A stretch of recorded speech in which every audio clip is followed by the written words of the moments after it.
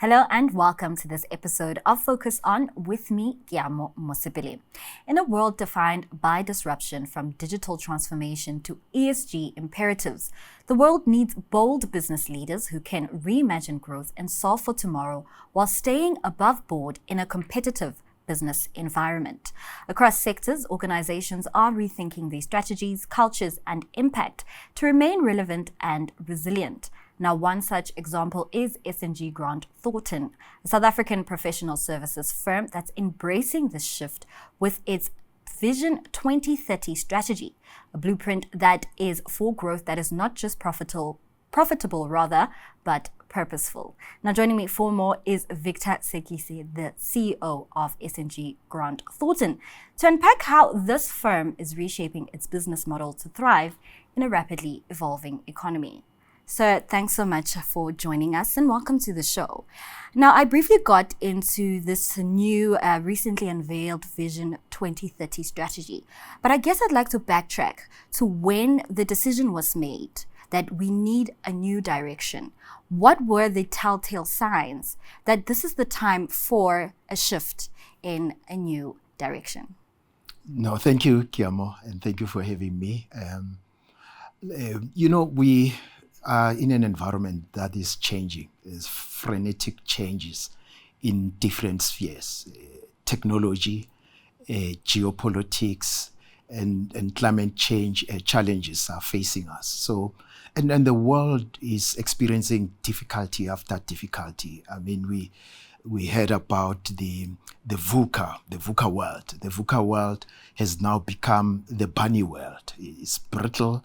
There's a lot of anxiety, and there's non-linear changes and incomprehensible events and developments. So the environment that we find ourselves had fundamentally shifted and changed. So we therefore needed to relook into our strategy and sort of reset to make sure that we're still relevant to our stakeholders, but two, that we continue to have impact in our interventions, impact on our people, impact on our clients, and impact on our stakeholders. Sure. Now, I really like that you've said, in this fast-paced environment, it's so important to stay abreast of all of these changes, but also ensure that the growth is concentrated where it is most impactful. So just speaking to this Vision 2030, how does it align with the core strategic objectives of your organization? So we had to relook into our strategy, but we focused a lot on our purpose, our reason to be, and why do we exist as S&G Grant Thornton, and what would our stakeholders lose if S&G Grant Thornton were not around.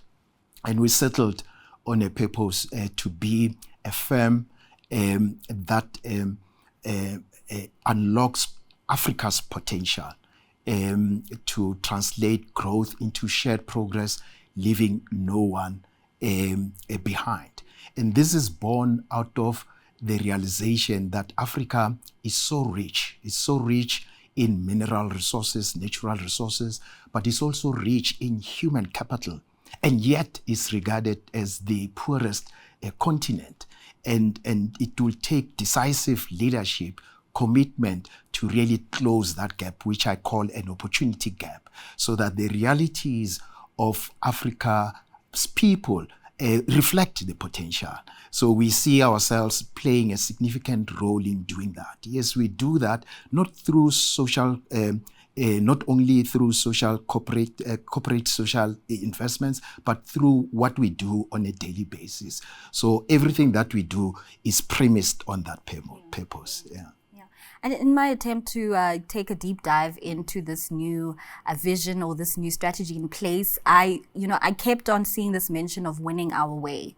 Just quickly, briefly walk us through what that means and its core tie towards this new reimagined or revisioned Vision 2030. Yeah. So for us, winning our way, whilst we use those ways, doesn't necessarily mean we're competing. Yes, of course, we are competing because we're in business, but it's in a different context. It's in the context of what makes us unique.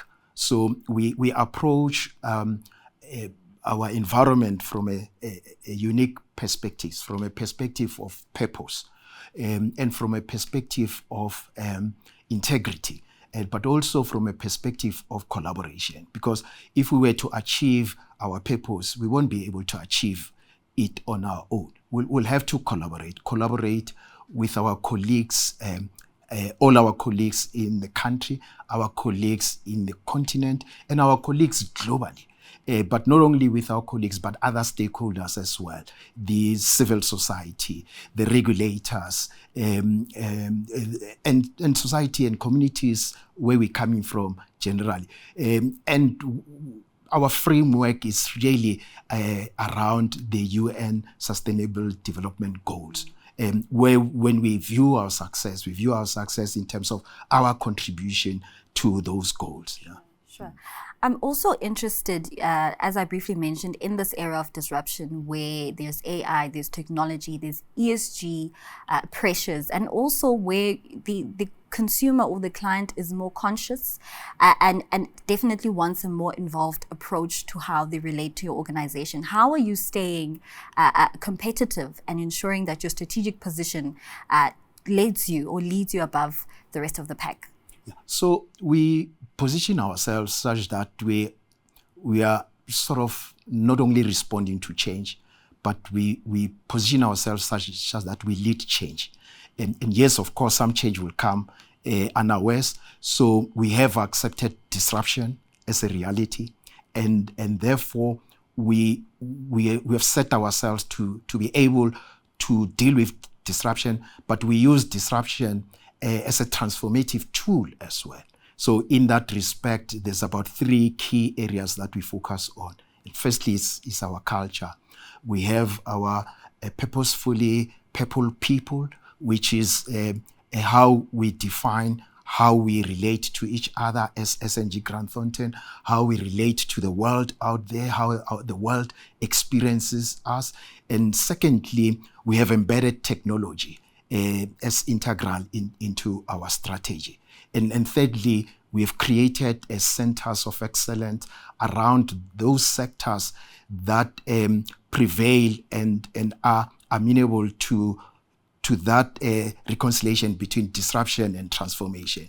And there I'm talking about energy, particularly transition, energy transition to clean energy, ESG, as you mentioned, technology, the key disruptor, technology and telecommunications, talking to closing the digital divide. Thirdly, financial services as well, where, as you know, that financial services are not universally available to all the people. And higher education as well, because with education, we see it as a lever to be able to translate that potential into reality. You also made mention of transformation, but I really want to bring it closer to home in terms of the South African economic landscape and the business environment with which you operate in. Just bringing that in, you are a Black-owned professional services firm. So when we put these 2 parallels together, how do you envision yourself ensuring that South Africa remains competitive and resilient on the global stage? Yeah, look, I mean, until every citizen is given a chance and an opportunity to really bring their potential to fore, will forever be lagging behind. And that's my thesis. My thesis is that, there is this opportunity gap because not everybody has an opportunity to be themselves. And with transformation and the transformation framework that we have in the country is precisely to bring everybody into the table and creating opportunities for everybody. That's relating to our purpose and relating to who we are. So we are about creating opportunities, giving everybody a chance, a voice, and a chance to contribute and be innovative in that regard.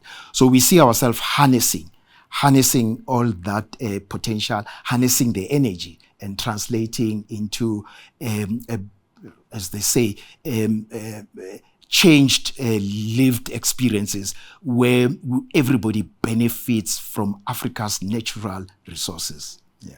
You also earlier made mention about the opportunity gap, but also operating within the African continent, how our continent remains untapped in terms of all of the avenues of potential that needs to be explored. So as yourself, as an organization, where do you envision the greatest pockets of growth or the potential for growth the most on the African continent?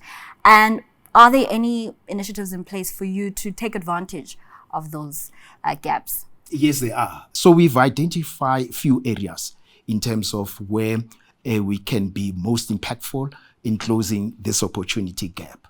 Is energy, and renewable energy particularly. Then the whole focus on ESG. We've seen climate change effects. Here in South Africa, we've experienced it. It used to be a foreign concept, but now more on a daily basis, it becomes a lived experience.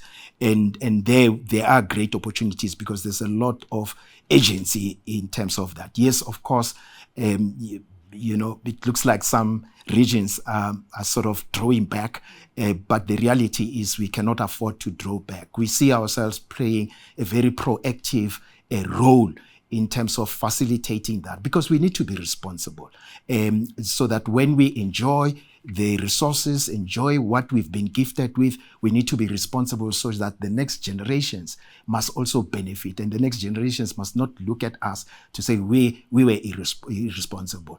So, and we embed all our efforts around that responsible growth. So we're bringing responsible growth in that. Of course, technology, you need to embrace it. Technology has changed fundamentally how we do business, and it's still going to change how we do business. And we are ready for further developments in technology. In fact, there could be developments that may disrupt significantly part of our business, and we are ready for that. In the event that happens, we are ready. We've got strategies to make sure that we still continue to be relevant and we still continue to make social impact. Yeah. I think it's quite interesting how you've painted the growth trajectory in line with the UN Sustainable Development Goals and in line with the Africa that we envision and want. But I unfortunately have run out of time.